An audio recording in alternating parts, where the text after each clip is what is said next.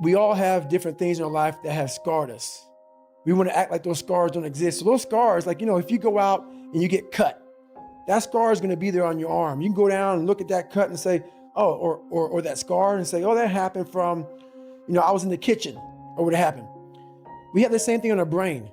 I have all these scars on my brain from growing up, from, being abused, from suffering through life, from having a learning disability, from stuttering, from having just a really bad childhood. And so all those memories, I had to cut open that scar and go into it. And that was a hard process for me to do. Not only was that a hard process for me to do, for me to have the courage to share that with people, because I'm the so-called toughest man on the planet. So they think. So for me to break open that shell and tell people, hey, that wasn't always me. It's hard to do, it's hard to do. So it was a tough process. I became the most obsessed person on the planet Earth. I had to invent a guy that didn't exist. I had to invent a guy that can take any pain, any suffering, any kind of judgment. He called whatever the fuck in the world and be able to stand in the fucking room and say, go fuck yourself. I had to build this callous mind, and I built it through suffering. I built it through downright fucking just crushing myself. If it was raining outside at 3 o'clock in the fucking morning, if it was snowing, the first instinct is don't go out there and do shit. My instinct was, we gotta fucking go out there. Anything that was fucking horrible in my life that I would normally say no, that was inhumane to most people, I had to go do it. And I started callousing my mind at this point in my life. And I lost the weight.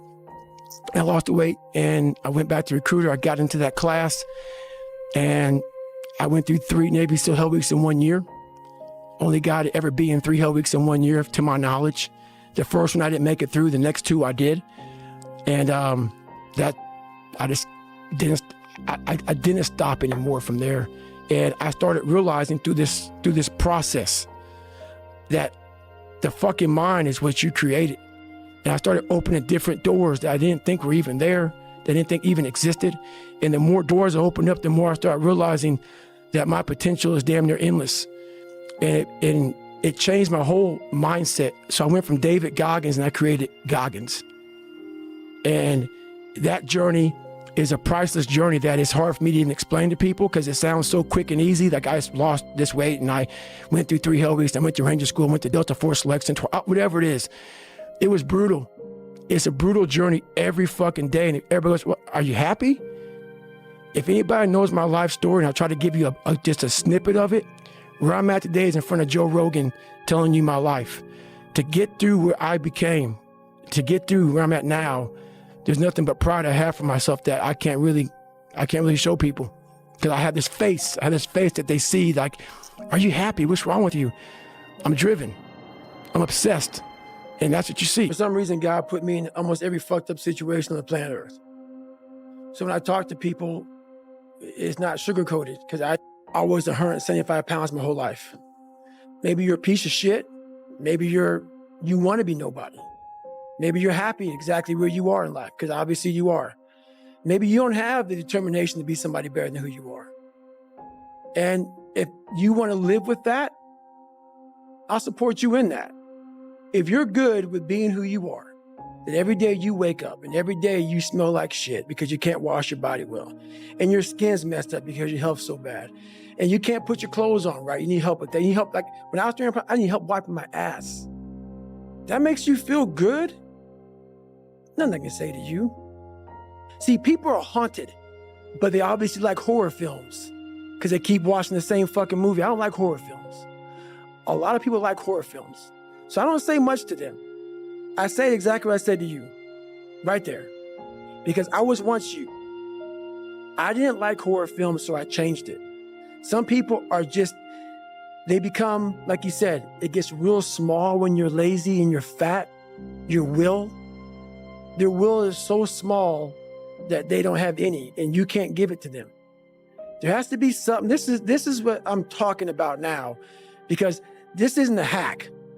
This has to be in you. Something in you has to wake up. And usually the only person that can wake it up is you. Sometimes you can read a David Goggins book because I was all this shit and then a lot more of fucked up. But if you don't have a little flame, just barely, you're done. I can't light it for you. And that's the harsh reality of this life that I want to get across so fucking bad. You can watch me, you can watch you, you can watch fucking Rogan and Cameron Haynes, all these motherfuckers. You can go to Tony Robbins' fucking bullshit, all this shit. You do all this shit. If you could keep going back and keep spending money and spending money and spending money with no results, you can wonder, wow, maybe let me go try out David Goggins. He ain't gonna fucking help you. You have to explore, examine the insides of yourself. And what do you really want out of life? Your friend and a lot of people out here just don't fucking want it. So guess what? Have fun with your life. Go from 3 to 350 to 400 to 450 to 500 because you don't want it. And that's the harsh reality. I can't give you shit. You can't give them shit. I can give you ideas. At the end of the day, when I was losing the weight, I had to miserably wake up every morning in the cold because it was Indiana, November when it started. I was miserable. This is your new life. Take it or leave it. There's no happiness about it. There's no peace behind it. It sucks. It just fucking sucks. And that's the one thing, if I could teach anybody anything, it just fucking sucks. And it's going to continue to suck. And then one day you'll get to a special part in your life that it might get a little bit better. But to lose the weight you have to lose, my friend, sorry, it's going to suck every fucking day. Because then when you're 300 pounds, you're going to go out to lose weight, you could probably get injured. So then you got to work on the injury, and then you get even more depressed. This is what I went through. And then you're hungry because now you're depressed. It's just a vicious cycle. And if you're not strong mentally and you have no willpower, you're going to continue falling back in this hole versus the man that sits back and goes, all right, motherfucker. This is why I cuss, because this is what is in me. This is what it took for me to be me. Sorry. It didn't take, hey, okay, we're going to do this today. No, this fucking really sucks. This is real, dude. This is real. And every day, I'm set back. I'm set back. I'm set back. I'm set back. Every day you wake up, you're going to probably be set back for the first 4 weeks before you lose to significant weight because of the mind's going to be fucking with you the whole time. There's no dopamine. There's no dopamine in there at 300 pounds. You got nothing. Your hormones are shot. You have to envision something that is more powerful than you. Something has to get you out of bed. And you have to create it. It has to be false because you're not it. You're a fat piece of shit. And that's the reality of it. So you have to create a false reality to live in that just to get to work on yourself. That's the reality. No, one thing, and this is a true statement that I've said several times, a lot of us don't know of a whole nother world that exists. It's on the other side of suffering. Once you break these barriers that you have made for yourself, like the mind is the most powerful thing in the world. It is so amazing that I used to be a 300-pound guy and I thought that was it. Could barely read, could do anything. And now that what was inside that person was this guy that's in front of you today. That's how scary the mind is. And that's what I started realizing through this journey is that once I got a taste of, wow, man, I haven't even begun to crack what the mind is capable of. And what I started realizing is on the other end of suffering, that's the real growth of life because you realize how the mind processes shit. And I talk about another thing called theory and practice. A lot of people are theorists. These smart guys that read these fucking books and shit, man, and they sit down, they tell you what the mind is supposed to do. And a lot of us listen to that shit. It becomes like, this is it, man. This old man who has been studying the mind forever, this is the cap that we have. By being a practitioner, I went out and realized a lot of these guys are so wrong, man. The mind has capabilities that are so unknown. And I found that through suffering. And there's a whole nother world on the other end of that. You don't know me. So when I speak from passion, I speak from experience, I speak from suffering. The only way I believe, and this is just my experience in life, the only way you're ever going to get to the other side of this journey is you have got to suffer to grow. To grow, you must suffer.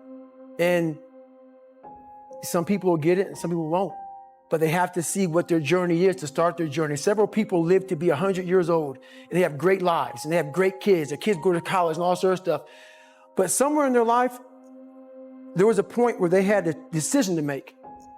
They can go left or right on this path. Left was the easy route.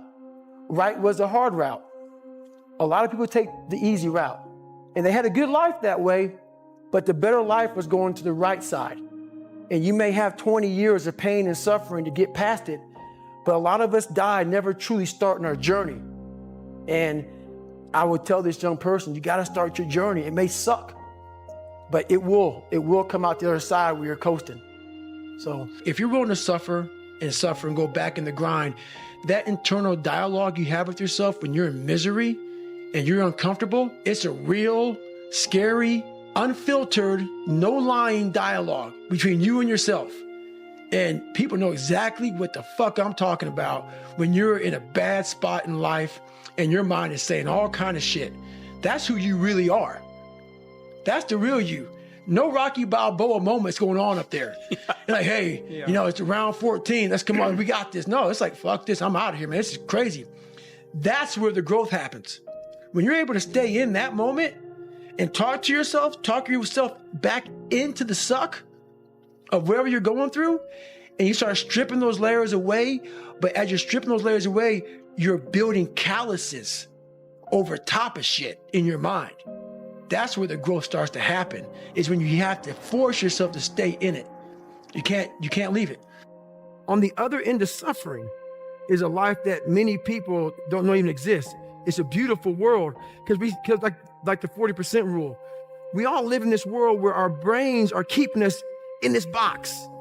Outside that box, on the other edge of suffering, is a world that's endless of opportunity. But we are afraid to go outside that box because in that box is comfortable. That's where all of our nice stuff, you know, that's where the nice 4-lane highway's at. I know where the restrooms are at. I know where the gas stations are at. Outside that box, man, God gives you a shovel and says, man, start digging. That's not fun. But when you dig your own path to all kind of stuff that's unknown. And that's why I started realizing, man, like on the other end of this is some beautiful stuff. So I got outside my box and realized, man, 300 pounds, now look at me, I'm 185 pounds. And on the other side of the box was all this stuff. And I didn't know it was over there until I climbed the wall and saw it. So what wall are you climbing now? Man, right now, I've climbed a lot of walls. There's no more walls anymore. The reason why is because I know how to climb. I'm good. I'm not scared to climb anymore. I go to the rock, hammered in, I got my belay, and I'm good to go. So you got to figure out how to climb first, and that's all. We all have a different way of climbing. That's why there's a lot of books out there on mental toughness. It's all crap. Why? Because it's a cookie cutter way. Life isn't cookie cutter. Like 3.14 is pi. It's how you figure out equations. We're all different equations. We all have a story. We all have to strengthen our mind to figure out our own equation. Once you figure out your own equation in life, you can then start picking away at how to be better. But you first have to figure out your equation in life. Once you figure that out, man, you can do anything.